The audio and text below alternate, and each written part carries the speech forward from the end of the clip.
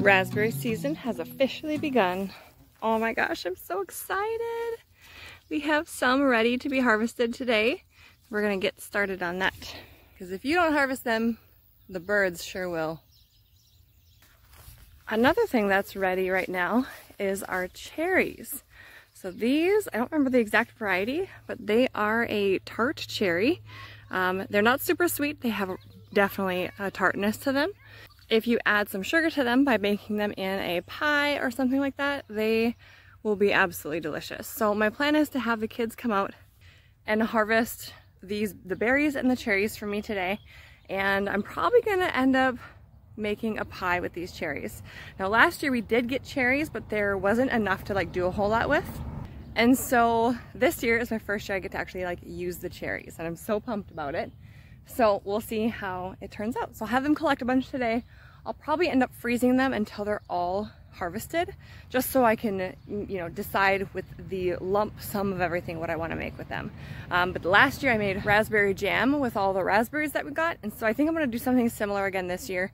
We went through the jam super fast, but it was so good and so worth it to grow our own fruit. And so I'm thinking I'll do that again this year. Let's get to it.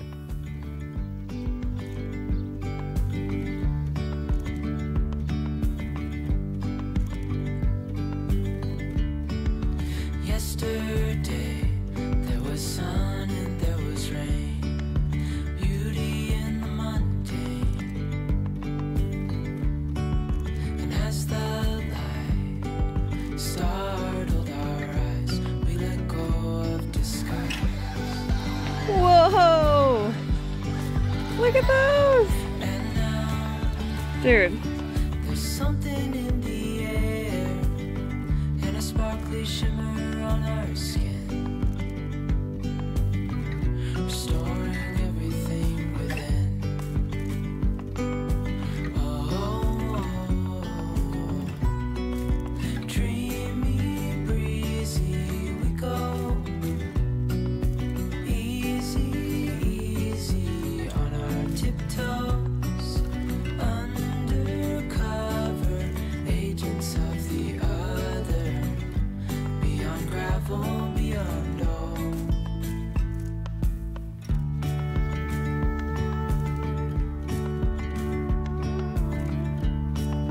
Hand in hand, building castles out of sand.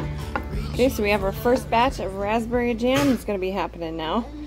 So we're going to do the same recipe, or almost the same recipe as I made last year.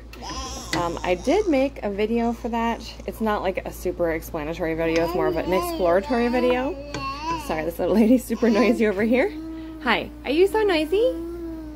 Yes, you are. And so, I'm just gonna roll with that because it turned out really, really yummy last year.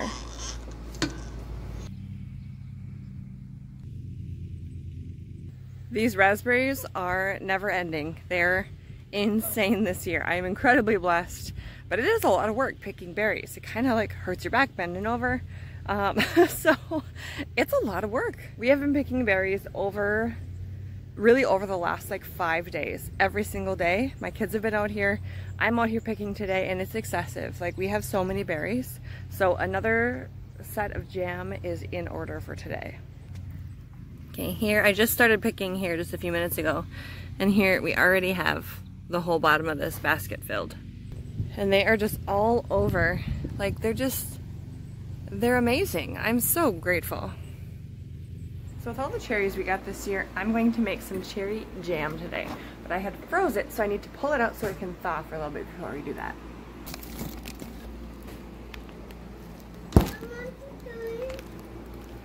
I got cherries for cherry jam. This is about 3 pounds of cherries. Wanna see? Those are frozen cherries. We're gonna make cherry jam. Does that sound like a good idea? Only cold. It's so cold. Yeah, I know.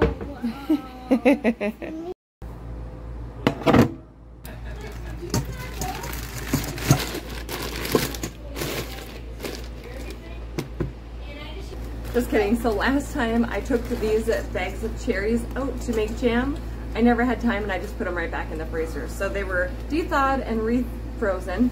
Today they are almost fully thawed, which I don't really need to fully thaw them. I can just start to heat them up, but this helps them to start breaking down a little bit.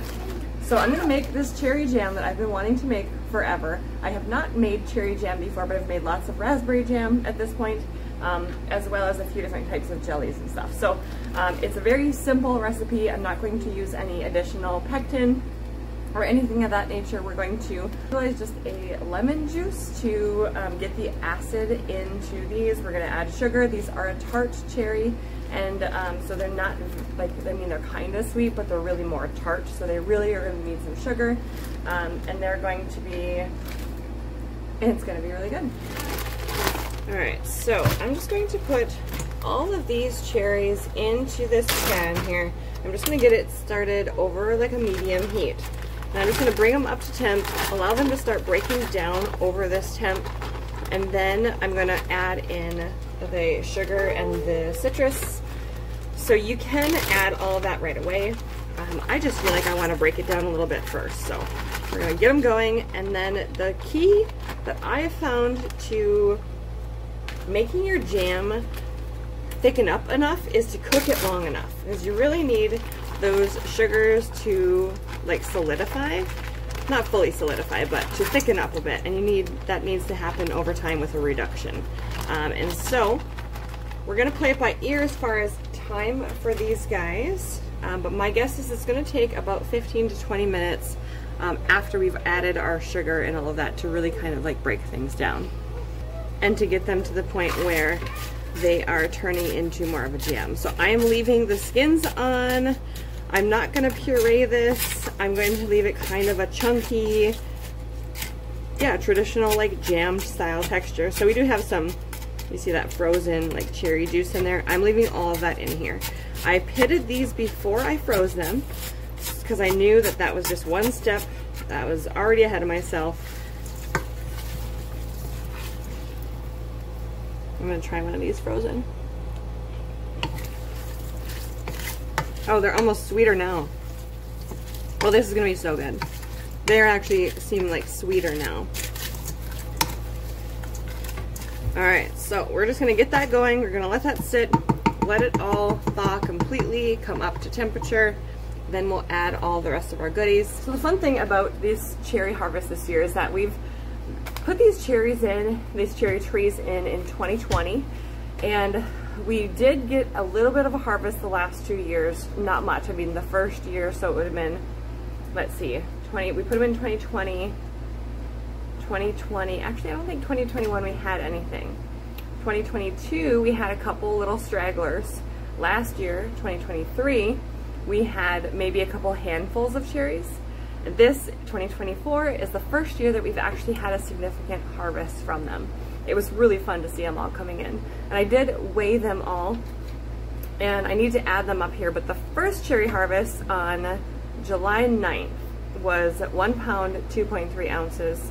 The second harvest was 13.2 ounces, and the third harvest was 1 pound, 3.9 ounces. And I'll put the combined total of all of that right here on the screen.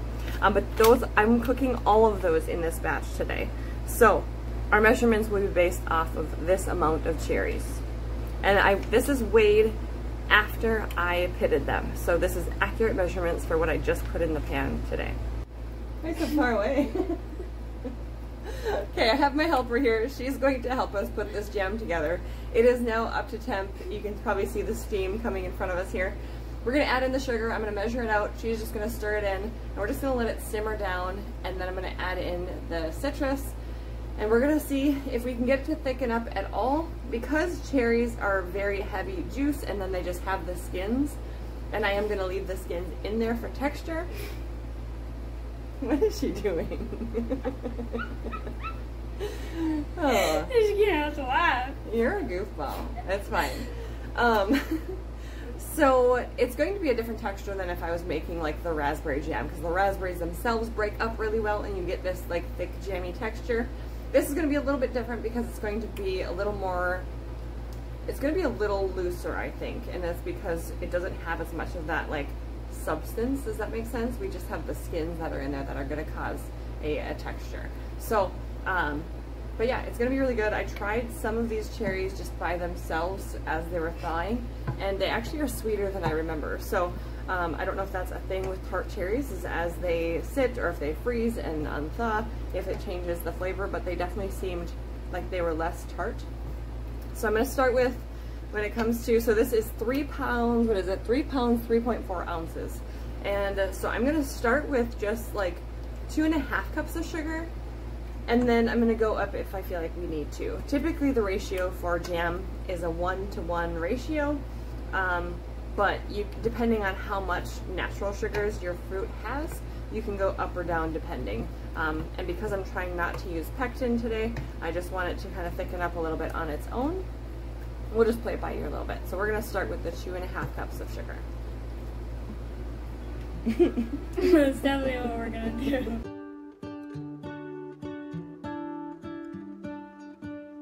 What if the world had more of your smile? What if the wind could spread your love? What if your sweetness could reach everyone? There'd be no wars. Maybe the birds will sing. Saturated. Maybe the trees will whisper the words. Okay, so I'm trying to do this now amidst cooking dinner. So I moved the cherries back in the corner here, and I have some meatballs. We're gonna make spaghetti. Anyways, that's not part of the video. I just wanted to tell you that I still have my cherries simmering over here. So they've been simmering for quite a while. I had to move them from one burner to the other because this burner in the back is pretty hot for what I'm actually cooking for dinner. And so I just have it on super low back here. It's just on a low simmer. It is already kind of thickening up. I'll show you in just a moment. We added the sugar. I took the, we took the potato masher and just kind of like smashed down the cherries, and that seems to really help to break down the cherries without having to blend them up. Again, I want to keep as much texture as possible. I really don't want to puree this. You definitely can. I just didn't want to. I want it to be that really jammy, like thick, I don't even know how to describe it, like chunky consistency.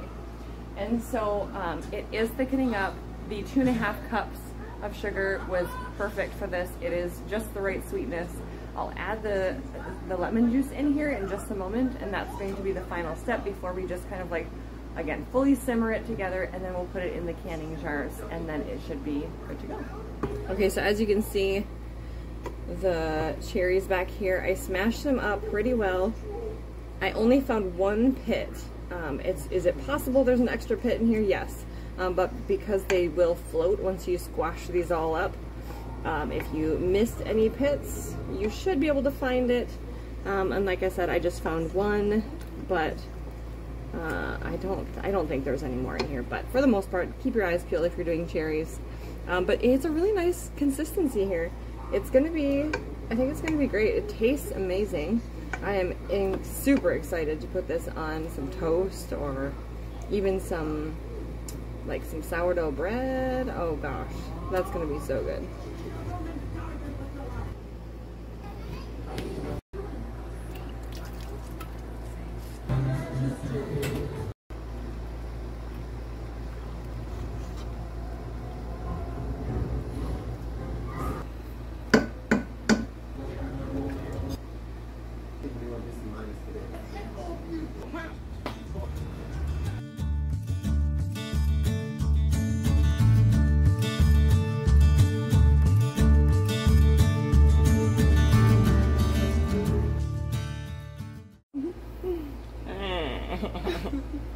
Alright, that's better. The next ingredient, we're gonna put in these pancakes.